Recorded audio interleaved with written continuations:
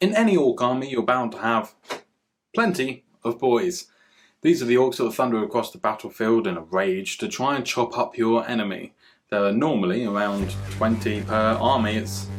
That's your average army, mind you, not a newly released Beast Snagga army where it might be more squig based, or a speed freak army that's all cars or something. Or if you're going for mechs and such, you might have the cans, the big baked beans, just walking about with choppers and stuff. No, the orc boys do appear in most lists, but there's one list in particular, one build in particular, that really favours the boy, and that's the green type, where you have hundreds of individual infantry models storming the table. Now, regardless of what army you're building, you probably have some boys to paint, and that's the point of this video. In the second part of the Beast Snagga series, I'm showing you how to paint the Beast Snagga boys. Now this technique can apply to any type of boys, so your normal orc boys and your Beast Snagga boys. Before we dive into the painting, I would just like to say a huge thank you to everybody that watched last week's video on the Squig Hogs. It's already my second highest performing video that I've ever posted, and that's in under a week. So it's doing extremely well, and I'm extremely grateful for the support and the new subscribers that I've gained. Hello everyone. So yeah, let's dive into the paint. Whenever it comes to painting orcs, I like to paint the skin first, because for me this is the part of the model that should draw your eye the most. So it's here that I want to start building up the interest. If you've seen my orc skin painting tutorial, then you'll be familiar with the colour list I'm about to use. We're going to begin by applying a layer of a 50-50 mix of warg flesh and fen.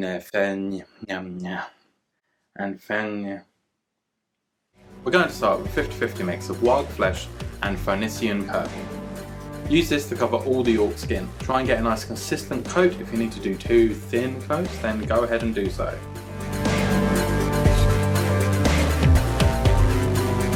Now, the main difference between this and my orc skin painting tutorial is going to be a lack of layering.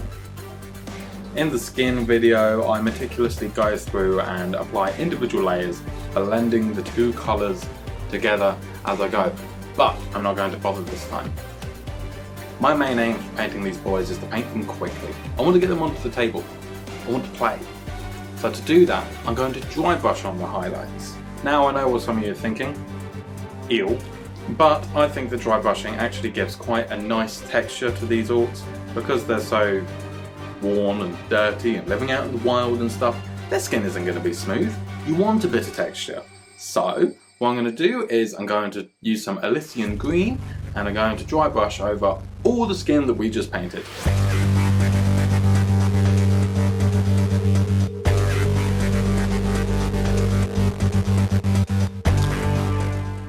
We're now going to repeat that process but using moot green, which is a slightly more vibrant green. And then we will stop there. There is one more colour that I want to use on the skin, but it can also be dry brushed onto another part of these models. So let's go ahead and paint that first. Now, something that's unique about the Beast Snagga boys opposed to the regular orc boys is to have animal hide and fur on their backs and such. So what I'm going to do with these is I'm going to make them a tan sort of colour. I'm going to keep it really simple and quite a muted colour so that we're not drawing attention away from the skin. But to do this, I'm going to apply a layer of Xandri dust all over these firm hides and scaly bits and bobs.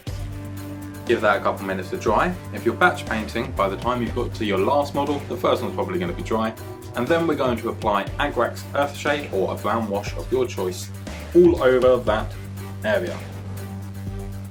It was at this point that I took a short break to go and have breakfast, because I was actually painting before even getting ready for the day. By the time I got back, the wash was nice and dry. So we're now going to move on to the final highlight for the skin, which is Ushabti Bone. And we're going to be dry brushing this over the furs and hides that we just coloured as well. Not only is it more efficient to be highlighting the skin and the other bits at the same time, by using the same colour, we're also unifying the colour scheme a little bit. Next up, we're going to move on to all the leather areas. And for this, I'm just going to apply a simple coat of Morn Fang Brown. Now this includes any leather straps that are going across their torsos, kind of like a bandolier, their boots, and any arm straps they have, because they like to just have like teeth dangling off their arms. They're not exactly the most stylish folk.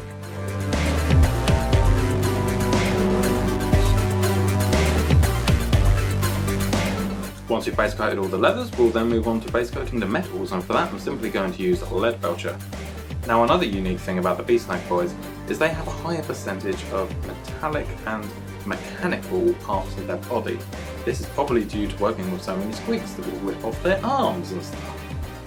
So when painting the metal areas, make sure to keep an eye out for any metal limbs and stuff. You'll be painting those, the guns, any blades on any weapons, and most boots have like a steel toe cap. I normally do that in a classic metallic colour as well. After that, I'm going to move on to painting all of the armour. Now for me and my army, we're doing a purple colour scheme.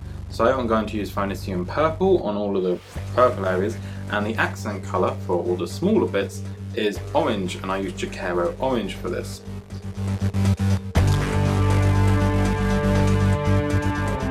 Obviously do what suits your clan best. If you're doing Evil Sons, base coat with Mephiston Red. If you're doing Goths, go with Abaddon Black. If you're doing Bad Moons, go with Avalon Sunset.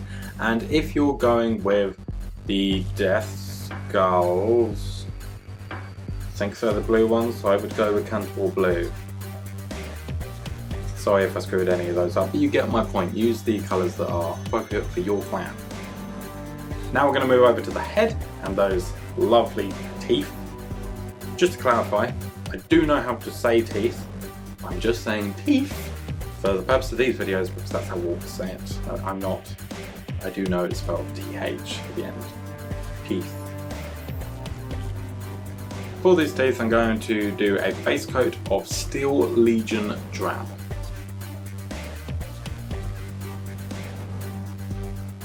Once all these components are dry, you can go in with either a brown wash again or a black wash. I chose brown personally because I love the idea of these orcs looking dirty.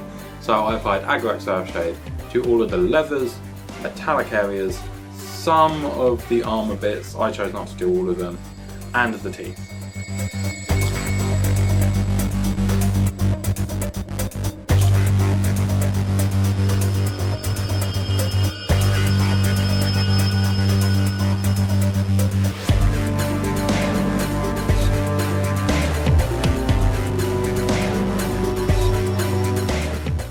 Now you're going to have to wait for that wash to dry, and as we know, wash takes around half an hour. So I think this is a pretty good time to go and look at your pile of shame. Look at that sea grey. You should be painting, young man, or woman, or person, or dog. Painting dog. You should be painting. Reflect on your life. Half an hour's passed? Good. Get back to painting. Back to those teeth, we're going to apply a very simple highlight. This comes with two colours. The first being Ushabti Bone.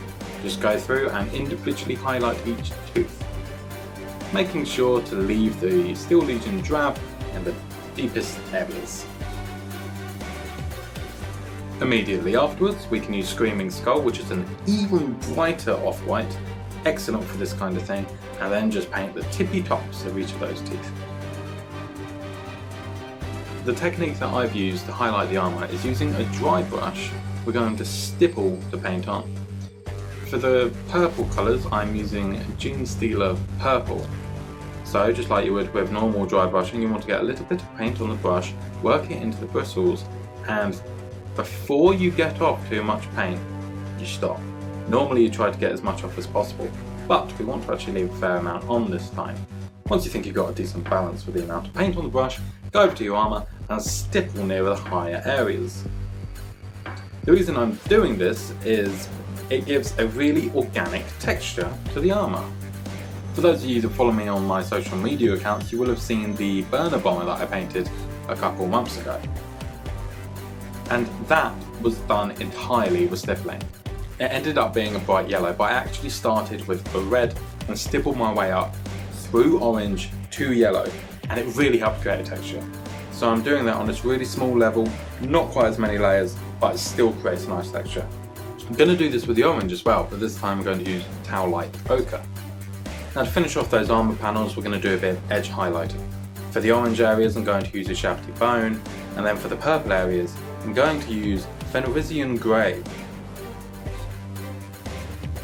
This is one of my favourite greys. It's a slightly bluish grey.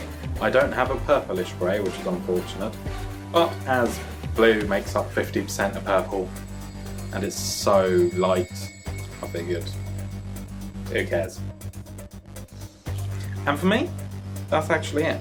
I'm not going to bother highlighting the leathers, I'm not going to bother highlighting the metals, and I'm not going to bother highlighting the trousers. I painted the trousers black. Somehow I forgot to say that. Yeah, I just did a flat layer of Abaddon black all over the trousers, and yeah, leaving it like that. I'm not bother highlighting it because I don't want to draw attention away from the bits that I want to stand out, which is the skin and the vibrantly coloured armour. The only thing left to do is to base your miniature however you want.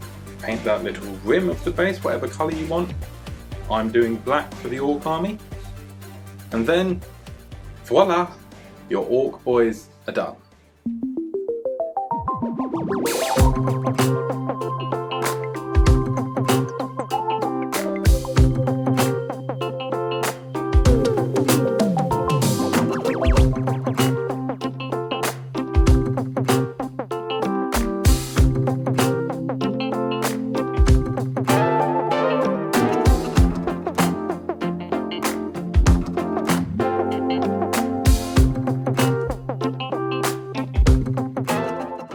These three orcs took no time at all. I reckon it was around 45 minutes per orc, and if I'm doing a whole squad, that's not too bad.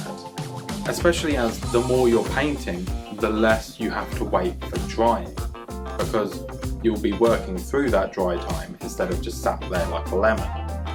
I've painted 3 orc boys for this video. I have another 50 to paint. That's beast snaggers and normal orc boys. If you want to see me punish myself by painting them all in one sitting, like this video. If this video gets 50 likes, one for each orc that I need to paint, then I will do that in the coming weeks. I will do one sitting, all 50 orc boys. I really hope this video has helped you with your orc painting needs. And again, I'd like to say a huge thank you to everybody that came to the channel last week to support with the Squig Hog Boys. It really does mean a lot, and hopefully we have more people joining us this week as well. Share this video about, give it a thumbs up, leave a comment, subscribe to see more content. You know all the stuff you need to do, all the YouTubey thingy majiggies. So yeah, support the channel in any way you can. There'll be social media links in the description below, Patreon link where you get early access to videos and behind the scenes stuff and all that. You get to see future projects that I'm working on. There's some exciting stuff going on that you guys ain't gonna know through YouTube. So yeah, head over there if you want to see more. So with all of those bits said and done, make sure to join me next week to paint the fabulously haired one herd called something. And until I can remember his name, I'll see you later.